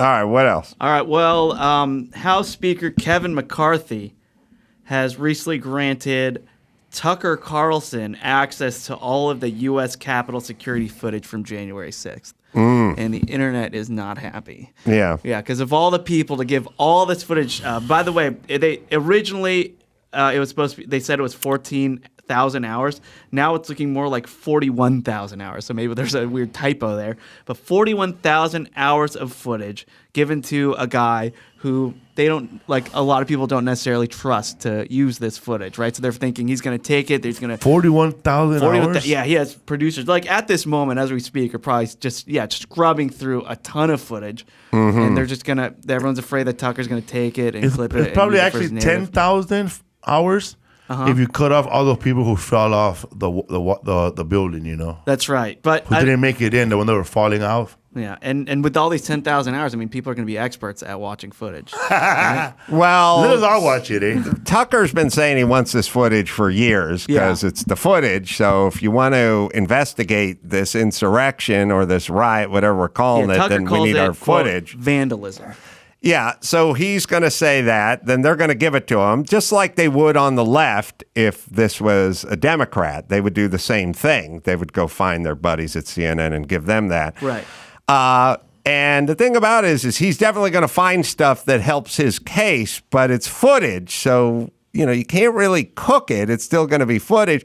They didn't want it released. The committee, the January 6th committee, didn't want it released because they said it compromised security, although it's just security cameras in the halls. And we have seen the footage they've wanted us to see. Sure. They've showed us that, the January 6th, so maybe they're already compromised. Yeah. And now it's just turnabout. They started this committee. It was loaded to the left. They picked and chose what they wanted to share with people. They didn't share a lot of germane information. They made a story out of it, and now it's coming back to haunt them. But I was talking to someone today, and I used your home country, the Philippines. Oh, so something good, I imagine, was said. Yeah, so I got a lot of shit at the beginning of the insurrection because I said it looked more like a riot than an insurrection to me. And then everyone went, "Are you nuts? You can't say that." That was the greatest. You still can't say that. Since Pearl Harbor, we haven't seen this kind of attack on our democracy. And I was like, they called it an armed insurrection. So what I'm saying is let's remove our country from the equation. Okay. Right? So now what if I said, hey, did you hear in the Philippines there was an armed insurrection? And I'd be like, there was an armed insurrection in the Philippines? Yeah, they were trying to take over the government. So what were they? They're like a militia group with with grenades and bazookas and machine guns. No, they weren't really. They weren't armed. Like they didn't have guns. They had but they had helmets and flagpoles. You could definitely stab somebody with with hooks and ropes like mountain climbers. You could hit somebody over the head with a flagpole, and I'd go, "This was a Filipino insurrection." Yeah, it was an armed insurrection. And I'd go, "Well, then." So these guys showed up for an insurrection in the Philippines, but they didn't have guns or weapons. No, but it was really dangerous. It was dicey. Like they killed an officer over there who was trying to protect the Philippines. They killed him. Yeah, they bludgeoned him to death with a fire extinguisher. They killed a guy with a fire extinguisher. Well, he didn't. Well, it was more bear spray. It was more like they hit him with bear spray. Yeah. So no fire extinguisher? No, he didn't really. Well, then, he didn't really get bear spray or the fire extinguisher, but he did have a heart attack in his office later that night. So this is Filipinos had an insurrection. This Filipino this is the story. This is the story. We sound pretty lame in this story, Adam. I don't like it. Did anyone get shot? Did anyone get killed? Oh yeah, one person did, except for they were on the other side. It was a woman. It sounds like we don't know what we're doing. It's like, okay, if this took place in any country, you'd go, this doesn't sound like. No, they were trying to turn the government over. They were, but where were the weapons? Like who was the leader of the insurrection? This guy had this buffalo hat. This hat made out of buffalo skin, and his shirt was off. He was from New Mexico, I think. What was his plan? He was just kind of walking around taking pictures. But this was an insurrection that took place in the Philippines? Yes. What would you say about that story? And the answer would be, it doesn't really sound like an insurrection to me. Yeah. It seems like a riot. It seems like angry people storming the Filipino parliament building, but it doesn't really fit. Insurrection has to rise to a certain level. This doesn't feel like it. Or if it was a very poorly planned insurrection. Do you think other countries think that about us now? I think they must be making fun of us in the Philippines, calling this an insurrection. We are, right? They're just trying to politicize it and turn it into something. It definitely wasn't what they're calling it. So now he's going to show a bunch of footage, and now they're pissed off. So he told Axios, quote, "There was never any legitimate reason for this footage to remain secret. If there was ever a question that's in the public's interest to know, it's what actually happened on January 6th. By definition, this video will reveal it. It's impossible for me to understand why any honest person would be bothered by that." And excerpts will begin airing in the coming weeks. Well, so now the Democrats have found themselves to be the party of not wanting transparency. They don't want this footage shown. They don't want the Biden laptop looked into. They don't want the FBI looked into. They don't want Twitter looked into. Right. Now they don't want COVID looked into. They don't want Wuhan lab looked into. They don't want Fauci looked into. So I grew up with Democrats, and they wanted everybody to looked into the government all the time. That's all they wanted. The JFK files. That's right. That was all Democrats. Well, there is an argument saying, why does Tucker only get it? Why don't you give it to everybody? Because it's always partisan stuff. When you notice when they're looking into Trump, there's leaks every 10 seconds. There's always FBI's leaking this and leaking that. Then they go look into Biden and Hunter Biden's laptop and Biden's classified. All of a sudden, no more leaks. Well, that's how politics work. Now, a guy who likes Tucker is in charge, and he goes, "Fuck you, CNN. I'm giving it to our guy. But this is how you play it. This is how we'll do it now." What's in the laptop? Oh, I've been following. Is that like the other stuff? The dossier stuff, same thing. All that, all those buzzwords. The thing about this is like that's why I don't do political jokes, but I just found out what a dossier is last week. I still don't know. Dossier. Is that a file, like a manila folder? Is that a purse? Yeah, but it's a folder, right? Where you keep stuff in. Yeah, it's one of those folders. Yep. Yeah, we call it dossier. Like the people that I hang out with, like they talk politics, but they don't get in depth like you guys do here. Yeah. Like they only read the headlines. Like that's most hey, of. I think that's most of the Did you country. hear about the dossier? And then you ask them what, and that's how they say because that's how they know. Yeah. A dossier, but they don't really know what it is. But you know, it's a word. It exists. It's Remember Largo, bro? What the fuck is that? Yeah, do some political talk. Like if you were sitting, like how would you talk to me and Adam if you were trying to impress us? like I was doing a bit last week, right? Cause I try to do like not really like make fun of the situation, but draw attention. So I was doing, yeah, man, you ever go down, you ever be checking out a hot chick's profile on Instagram or TikTok? Sure. So you want to know more about her, but then you go like in a rabbit hole in her profile and you realize, oh man, she has a baby that's handicapped, or a baby has a third eye, like a baby has a thumb on his forehead, like he been drinking water in Ohio or something. And then like nobody got it, right? Nobody, just one dude in the front. He said, "Fuck you" to me. Come on, and I was like, come on, bro. You understand that nobody got the joke. That's a good I'm joke. trying to draw awareness here, but you got it. Hey, you know what I mean? Yeah. But that's how I threw it in there. Or there's a bit on the Translate This that gets everybody mad now because when I wrote the joke, it was before President Trump, before like fuck these immigrants, you know. So it makes me look like a bad person now, because I used to say, yeah, people would ask me, Felipe, what do you think about immigration? He goes, I don't know. I'm already fucking here. I don't give a fuck. Close the door, right? But as in conversation, you can't. It sounds like fuck Felipe. He's against immigrants. But when I wrote the joke, even if you were for immigrants or or against it, everybody laughed together. It hit differently. It hit different. Yeah. But now it makes me look like an asshole. Like I might get an email from somebody like, Felipe, you asshole. You have a voice now, motherfucker. You should be addressing issues like Chavez Ravine. The Dodgers took our homes. Yeah. Like, what the fuck are you talking about, bro? I was living in Mexico when that happened. Yeah. I wasn't even born. You worked there. I worked there. Yeah, Making Dodger and we dogs. gave you all jobs there, handing out popcorn. They'll spin it and go, oh man, because I'm a big Fernando Valenzuela fan, right? They go, Fernando Valenzuela, bro, he was a scapegoat for everybody to forget that they took those people's homes in Chavez Ravine, and there was amnesty and fucking Ronald Reagan was kicking everybody out, but like I don't know none of this stuff. I'm just a stand-up comedian, yo. I'm here to make people laugh. Enjoy themselves, forget It should about still everything. be that way. Yeah. Yeah. Yeah, I dig it, man. Yeah. Do you ever get that, like, when you were like, do people hit you up, your fans hit you up? People leave me alone because I just say so much shit that they hit pisses you everyone up and off. go, They can't start. No, one. man, or they go, Adam, you haven't even addressed it. What's going on? I thought you had our backs.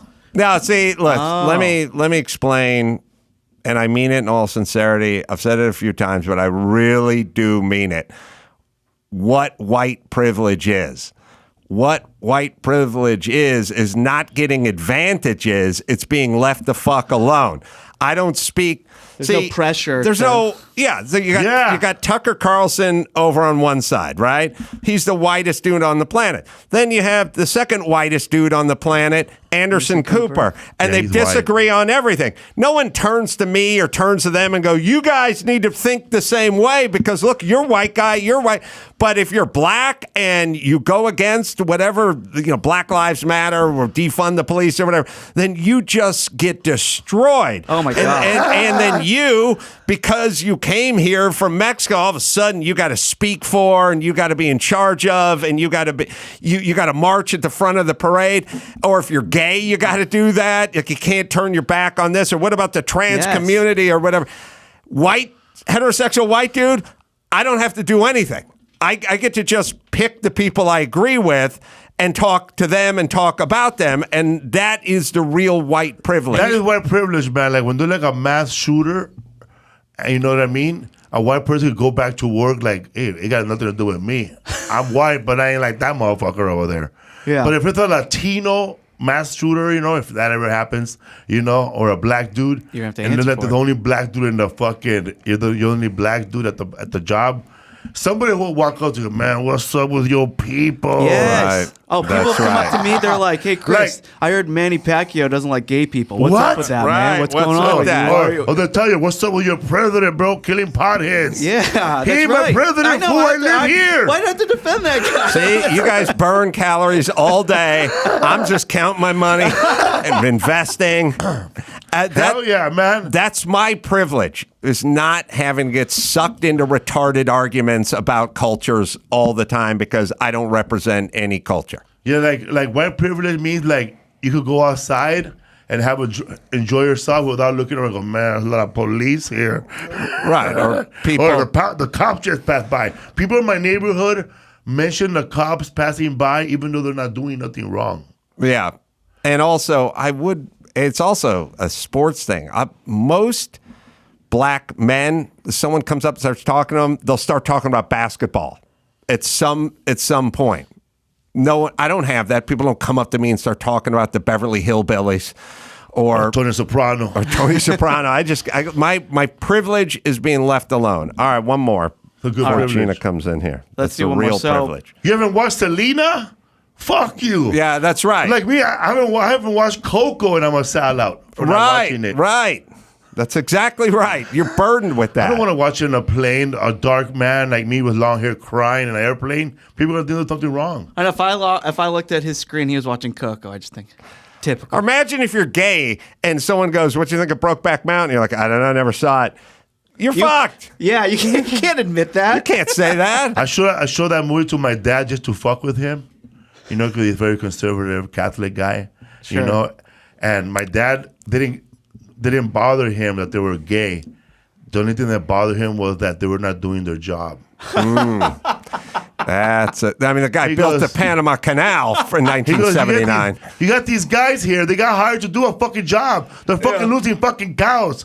That's why Mexicans are taking their job. See? They're over there kissing each other when they should be watching the cattle.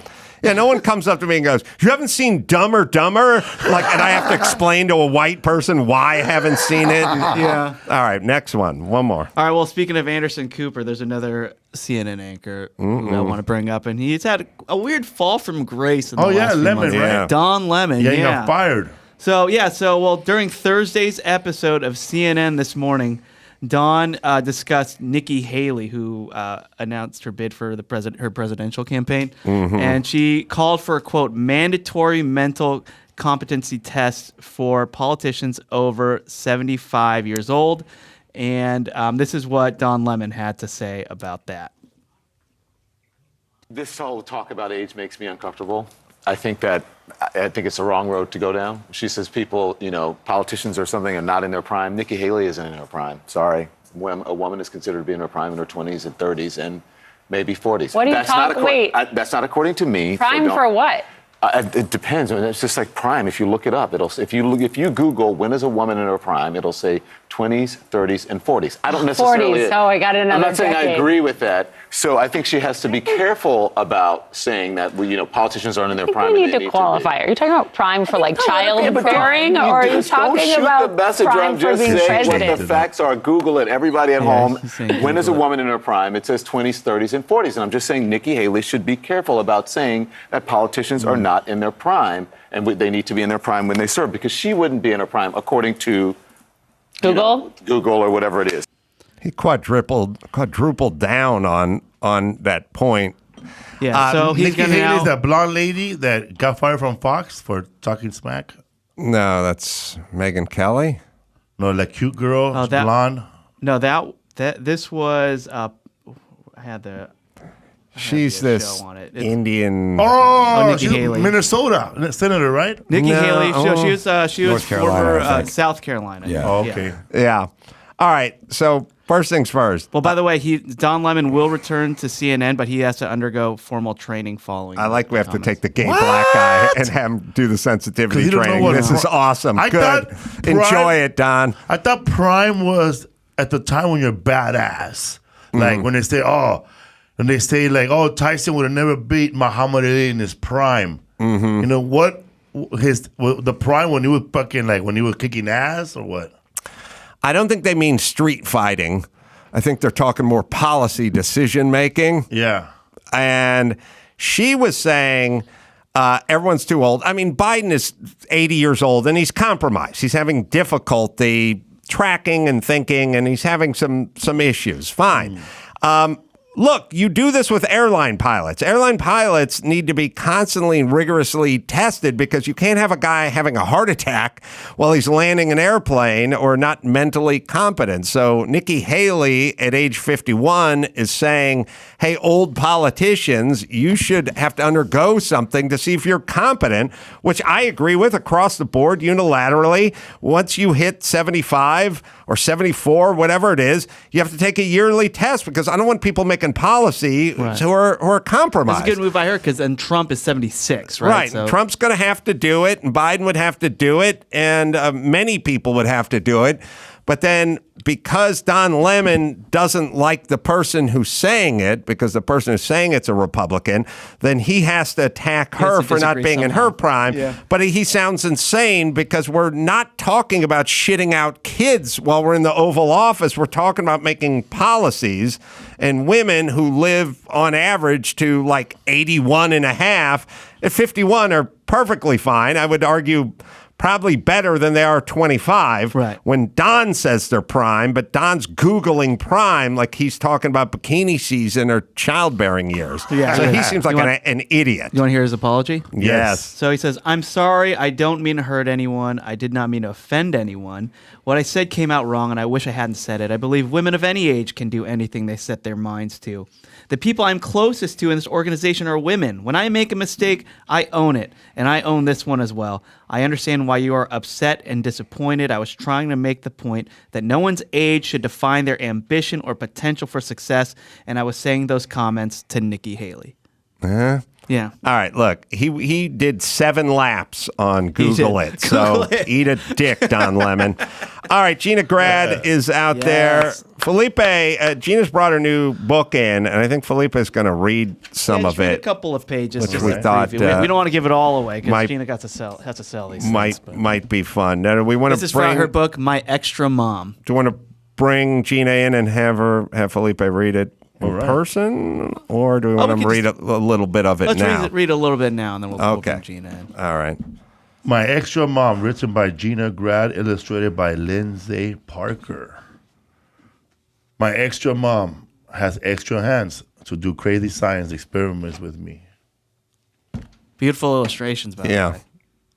We'll just do one or two more pages. My extra mom has extra eyes to make sure I don't get lost at the carnival. Could you put a little extra cholo in it? Yeah, what if you're auditioning or something? Yeah, like let's say you're auditioning for the part of the drug dealer in that movie. My extra mom has extra feet to run around and play together at the park with me, Holmes. I don't know if she did she put Holmes in there? My extra mom, has an extra shoulders to lift me high above so I can see the animal at the zoo. Mira. All right, we don't give it all away. Why do you have 2 moms? They're gay or what? No, stepmom. Stepmom. It's a stepmom. Mm-hmm. Well, I mean, I thought it was a book where about 2 women who adopt a kid, and he's learning that he has 2 moms in his book. Oh, because I read a but book they can't call them extra mom. Because I read a book called My 2 Dads. But you don't want it was 2 gay guys who adopt a kid, so they wrote a book about having a son. Yeah, of course, for those kids books who grow up with gay parents. Those books definitely exist too. But Adam's right. If you were in a couple if I was in a couple with another man, I wouldn't know who would be the extra. I don't think either one of us would be the extra. Mm-hmm. So yeah, it's a step parent thing. I'll be my new mom. All right, Felipe is doing live shows all over the place, and you can check him out if you go to felipesworld.com for all the live dates. Gina's here. We'll get caught up with her. We'll get into the book, and we'll do all that right after this. In celebration of Jim Carolla's upcoming 92nd birthday, here's a list of 92 things Jim Carolla has never done. Number 21. Rode a boat. Just one of 92 things Jim Carolla has never done. Let's get back to the Adam Carolla Show. Gina Grad back in studio with her triumphant book, Yeah. My Extra Mom, and you can get that wherever you find finer books. Go to Amazon. go to Amazon, give it a nice review and a nice rating too, because you do read those when you write a book. It's a real book and it's an ebook as well, right? It's an ebook, a paperback, and a hardcover. And I'm a one-woman show, so leaving a nice review. This one guy wrote a 1-star review. He was not a verified purchase. He didn't buy it. He said that it was an abomination. And then I clicked on his link, and he gave a 5-star rating right before that to a pair of Wrangler jeans. So don't be that guy. Just leave a nice review, please. Hold on, boot cut. Yeah, I'm going to need that link. They were boot cut. He said they were good value for the price. Where did you get those my jeans? book is on Amazon, and that my book is an abomination. And an affront to God. Now, sometimes I find the Wranglers, the loop isn't big enough for the width of my belt. Oh, so, right, yeah. So, yeah, I want to look that up, too. I'll send it to you. Trust me, I have it. So, the stepmom role. Yeah. I had a stepmom, I had a stepdad. Yeah. Now, when I had a stepmom and I had a stepdad, it was probably more in the 25-30% of Americans had a stepmom and stepdad. I feel like we're over 50% at this point. Everyone's going to have a step something. Yes. Not really a roadmap. But it is. It just is. No, I mean, there's no roadmap to being the stepmom and the stepdad. Oh, yeah. No, I thought you were saying it's not the way we want to go, and I agree, but it is. Yeah, so the thing is as I sort of think back on it, which is there's a shift and a new mindset, which was my step parents weren't interested in proving anything to me. They just married my other parent, but that was about as far as it went. I would say you were an added value, but I don't think they put much value in it. No, as a matter of fact, me and my sister were kind of baggage from the old relationship that sort of reminded them of the old person they married that they didn't really want to see. And then there was no plus. It was all kind of negatives. And so that's how we felt. And by the way, I sort of got it. Like, I was like, well, my real mom doesn't like me. Why is my stepmom supposed to like me more than my real mom? Like that, I did the math. Right. Now there's this thing, I think, where stepmoms are working overtime to overcompensate, sort of what you'll see people do with black people. They'll be 10 times as nice to black people. They'll overcompensate for everyone thinking everyone's racist. They'll hold every door. They'll, Go out with a friend of yours and see how different they are when the black person comes on, all the compliments about the hair and everything else. Got it. I think stepmoms are now doing that. You're probably guilty of that, but that's a good thing. Absolutely. And that's the thing. It's like I was a stepkid twice as well, and it was fraught. Mm-hmm. And I can see looking back how some of that was on me, some of that was on them. But like, it's a new chapter. I got a little guy in my life. You know, you met him at the wedding. He was 2.5 when I came into his life. He's 7.5 now.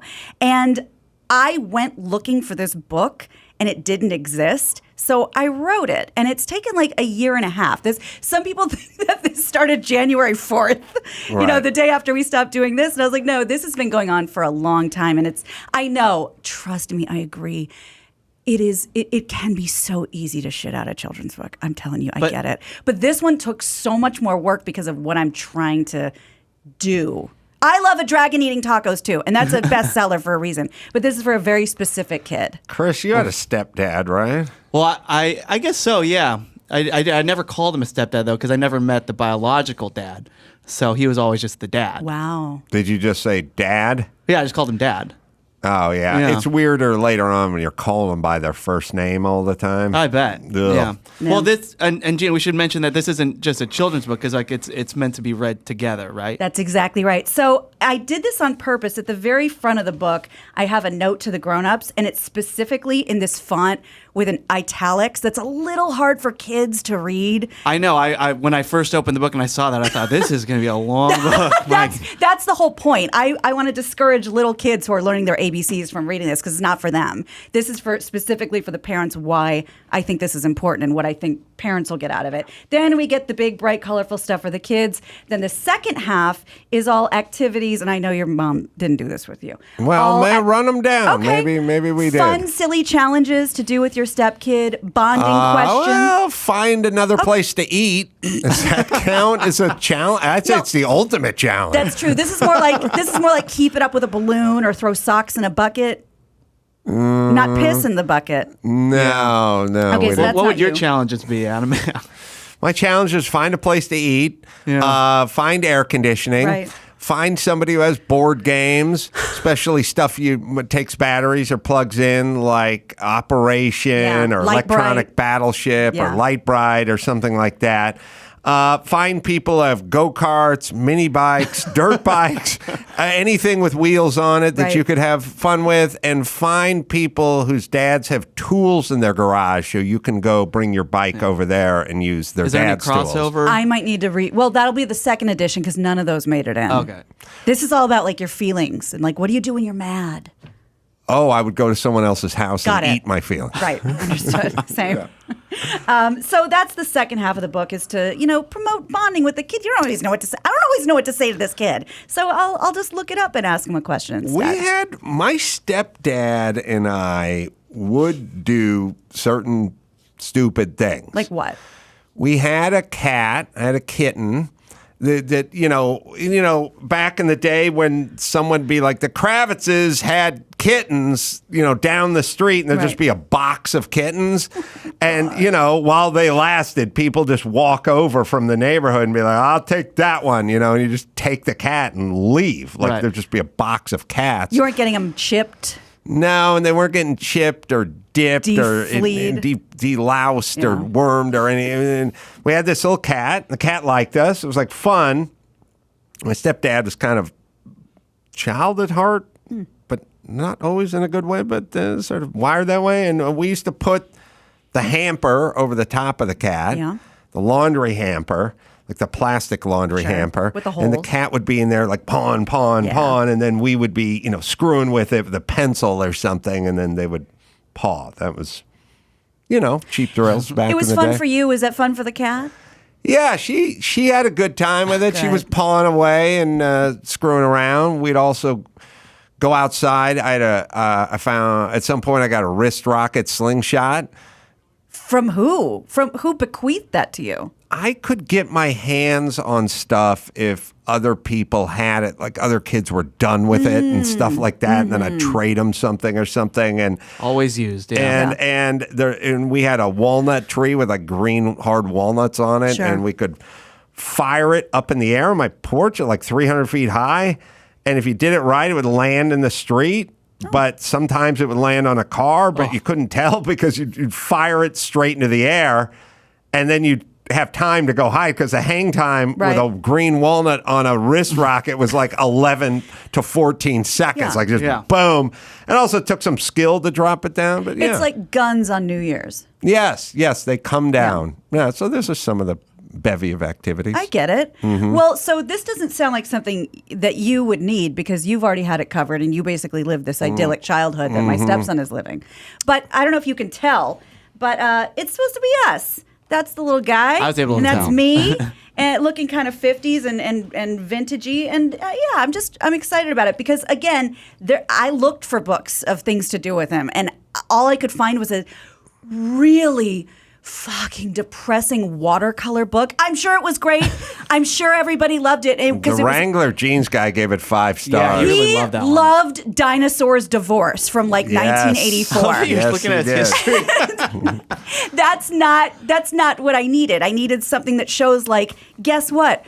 We're not monsters. I know there's a lot of bad people out there. I even wrote an article and it said like, by the way, if you had a bad stepmom and she was neglectful and she was abusive, like if that sounds like you, knock it off. Like I'm not defending you. You're not part of our club. We're just like nice women who like fell in love with these dudes with kids, and we'd very much like to add some value to their lives. You know what you should do, Adam? You know how like that one Indian comic got rid of a poo? Oh, yeah. You should get rid of all the evil stepmothers in media. That's exactly, it's funny you should say it. That's why it's called My Extra Mom, because I'm not down with like bonus mom. It sounds too like we live and laugh and love in this kitchen. Like it's not really my thing. But like I'm extra. Like you have your primary person. I'm not trying to replace them, but I have extra hands to help you with your homework and extra eyes to make sure that you're not lost at the carnival, though I'm sure you didn't go to a lot of carnivals. Well, my grandfather said to me once, a new broom sweeps clean. Indeed. And I think that's good with stepmoms. And like I said, parents, stepmoms included, adults in general, being liked was neither here nor there when it came to kids. No adult. Think about this. Here's a little thought experiment. None of my friends, zero of my friends' parents gave two shits whether I liked them or not. As a matter of fact, that was a source of weakness for them. Yeah. They prefer that I be scared of them because it'd be a lot of, oh, my dad's pulling up the driveway, scatter, put away. Right. I'd be at their house trying to make instant pudding, and the dad's pulling up the driveway. It's like, put that shit away and get out of here. Scatter. Clean your shit up, scatter. Like when these guys would come home from work, I was convinced that everyone's parents hated me because they never said anything that would be to the contrary of that. There was no, why did you want your friends, why did you want your son or daughter's friend to like you? All that would mean is they want rides, places, more stuff. They'd be eating more at your house or something. Just that now, all us adults are bending over backwards to make our kids' friends think like we're the cool dad, we're the nice parent, or I'm going to take you guys skiing, or we're going to the snow, we're going to the beach. That didn't exist. Oh, yeah. No. Well, you didn't have any cool parents? Because I had a few cool parents growing up, like some of my friends with the cool parents, and they were very irresponsible. I was going to say, what happened to those kids? Because the cool parents weren't cool because they had it together. They were smoking weed with their kids. That's exactly right. All that meant was the guy didn't care if you got into a stash of either weed or Playboys or whatever that was. Yes. And now fast forward to now, it's not just that you're okay with the kids liking you. They will settle your hash, as we've talked about on this very show, that your daughter said, I don't know, my friend was not down with the way you were speaking to her. She didn't like my She didn't care attitude. for your tone. Yeah. I got a dime dropped on me because I dared to question why this girl at midnight was like out in the yard by the barbecue two nights in a row. Like twice in a row I went out there. I was like, what are you doing here? And what's going on here? Then, oh boy, I crossed the line by questioning what she was doing Why there. someone's prowling around in your yard. It's a good time to be a kid from that standpoint. On the other hand, I've spoken to younger people, some who work here on occasion. How'd that go?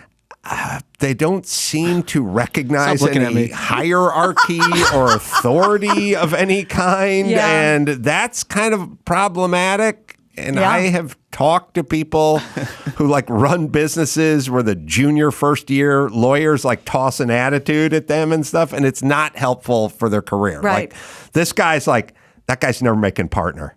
I'll never forget the time he fucking threw attitude at me when he was like a junior lawyer at this firm. Now, that guy wants to make partner. He just doesn't know that throwing attitude at the head guy of the law firm is a bad way to do it. So like a little fear goes a long way and it's healthy. I'm with you. And when remember when the whole quiet quitting became a thing like in the last year?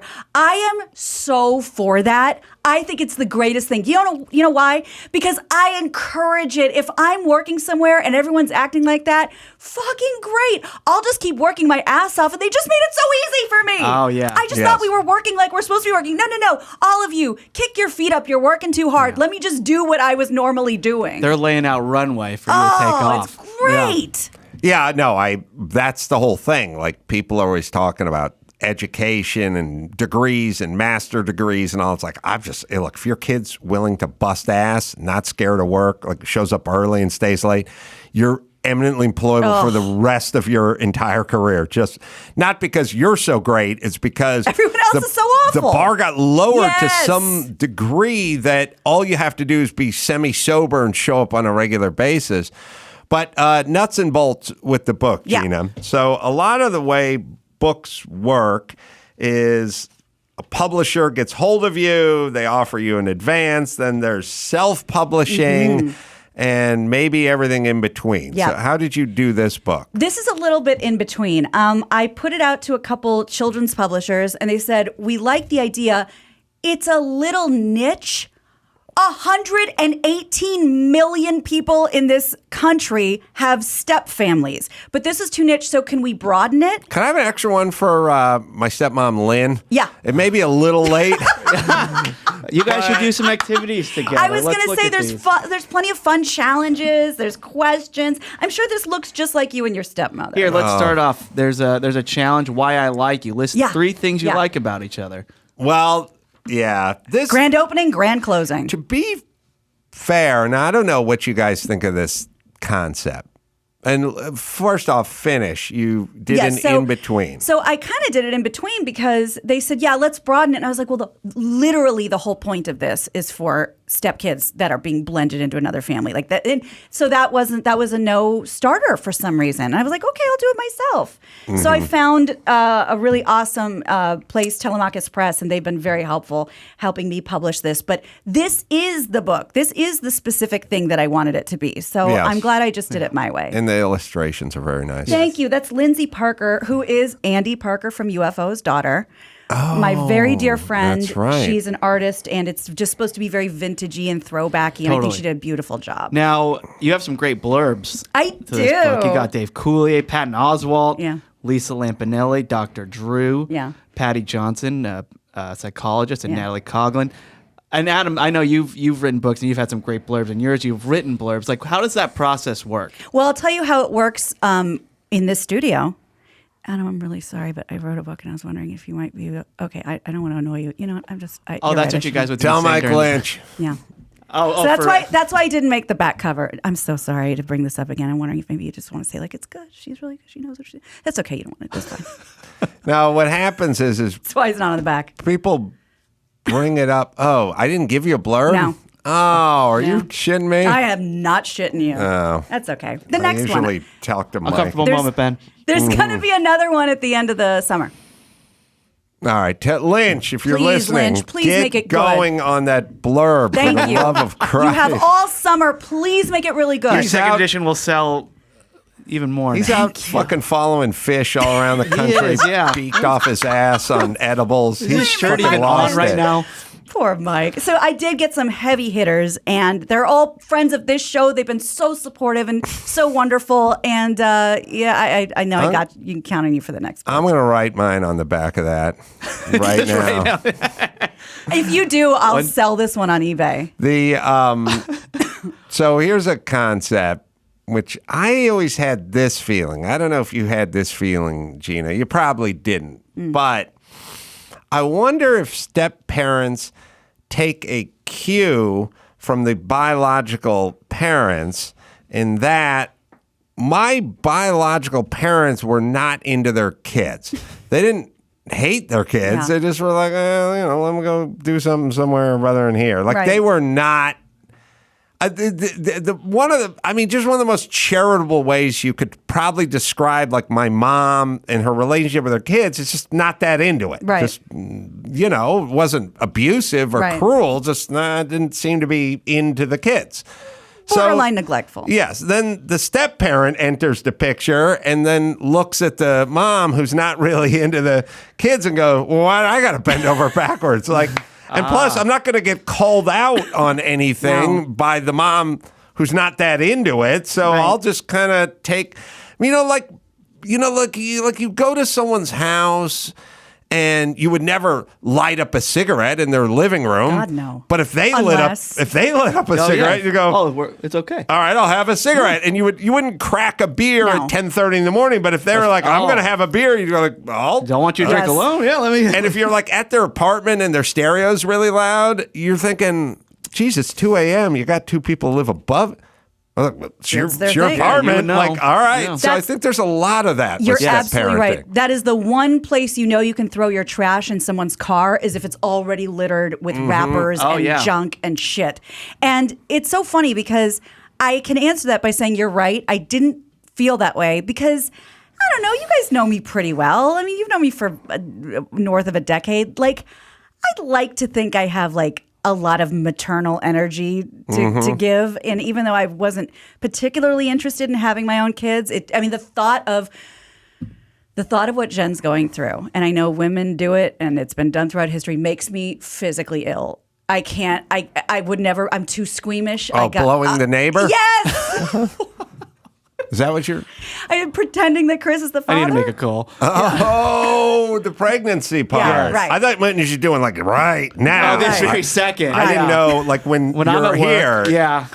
Oh, you're saying in general? Yeah. Oh, it's the not. pregnancy. It's not for me. I don't know. I can't. And I've never been like. I'm not a science experiment for me. I don't want to be injected and be for the fertility. It's not who I am. There's a kid here. He's in my house 50% of the time, and I have the love to give to him. Yeah, and you got him young too. Yeah, 2.5. Yeah, that's When I came into his perfect. 'Cause I life. don't even remember anything before. No, God, two no. and a half. He's before. he's my guy. So this is kind of where I'm at in my life. I'm really happy. I can't wait to expand on this because I have another one coming out at the end of the summer, and I'm excited about it. I feel. Thank you. I feel really like this is what I'm supposed to be doing.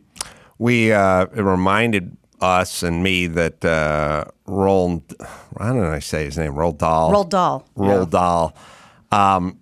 His books are getting edited now. He hired like a sensitivity team to go through his books, filter through his books, come through them, and take out any words. Like the word fat is cut from all of his books. Yeah. You can't say the word They're fat. doing everything. But here's the whole thing. My favorite one is beastly. Oh, well, no, beastly's okay. Ugly's bad. So ugly was removed because in the book, The Twits, they described someone as ugly and beastly, but now it's just beastly. Oh. So here's the problem. And this is, there was a study, maybe we'll get into tomorrow, Dawson, but I gave you guys an article from like 2 weeks ago, which is like, all the diversity trainers and lieutenants and everything and all it's all just made everything worse. You know what I mean? Because what you're saying to the person who's going to scan all the art for insensitive words is you will find something to do. If we assign this to you, you will come back with something. Do not come back empty-handed. There's no such thing as the inspector who's going behind the kitchen to look at the restaurant who's not going to come back with something. And it's essentially like saying we have these pigs that find truffles, except for if there's no truffles, we'll just find something and call it truffles and then just bring it back to justify the fucking pig. So this new world order where we have every school has the diversity ambassador and every Fortune 500 company is like, they're not going to pay. They're not going to sit there and get paid and do nothing. They're going to find shit, but there's nothing really to find. So now it's nothing burgers. But this is weird because it's the publisher who wanted to do this, Puffin, but also the Roald Dahl or the Dahl family, the estate is approving. They this can as well. fuck right off. This is this person's artistic expression laid out how they wanted to express it. Well, I think it's also because remember he was he had like these really anti-Semitic accusations, Roald Dahl before, and the family apologized like 20 years later for him, right? Like we're so sorry for all the hurt that he caused back then. Who among us aren't a little anti-Semitic? But I mean a little, and then now they're just doubling down. Like, look. Because they're probably still getting threats. They're probably still getting like all this abuse like to them. Like, so maybe this is another move for them. Like, look, I promise we're okay people. That was him, not us. In fact. Well, they got mothers and fathers got switched to parents, of course. Yeah, Fat, the Oompa Loompas are now small people instead of small men. Oh. Yeah, a fat is changed to enormous and not ladylike is switched to cunts. Oh, that one I don't understand, but I think it's a little more scientific. Oh no, I got it. Oh yeah, that was a typo. Undignified. Undignified. Wow. Did you say that fat has been changed to enormous? Well, yeah. Well, they called the fat guy from the Augustus Gloop from Charlie and Chocolate Factory, who is they describe him as fat. Now it's enormous. Yes. Adam, can you do me a quick favor? Can you say you look like you might have put on a little fat? Say that to me. I'm used to it. You look like you put on a little fat. I know. It's look enormous. Oh my God! I'm gonna slit my wrist. Yeah. How is that better than fat? It's what server is to waiter or waitress. It's worse. So much worse. Hey, Jake. I got a friend. You should date her. She's beautiful. She's nice. She's funny, but she's a little enormous. Well, so here's the thing. If you said to any guy sight unseen, would you rather date a fat chick or an enormous chick? They would take a fat chick because a fat chick has a ceiling, and where it ends, enormous takes off. Yeah. That's where fat ends, enormous picks up. Interesting. You can't. The women on My 700-Pound Life No. aren't fat; they're Right. enormous. Right. So Right. you're not even helping. That's the whole point. It's going to look back and be very, very confusing. Am I going to be in trouble for calling this a mom? My extra guiding adult. It's very. Oh, yeah. It's very Orwellian. is The time page we're you're calling heading. the kid fat a bunch of times. 1984. He was like saying they're going to go find books and Yeah. texts, and they're going to start changing things. Okay, double plus Dawson. good. That actually had me. That was what I was curious about when the publishers said, "Can we be more broad with this?" Are they afraid of the word mom, or did they want to say Interesting. parent? I thought they were afraid of the word broad. Me too. This is for broads. That's right. This is for step broads. Let me give it a plug. Thank you.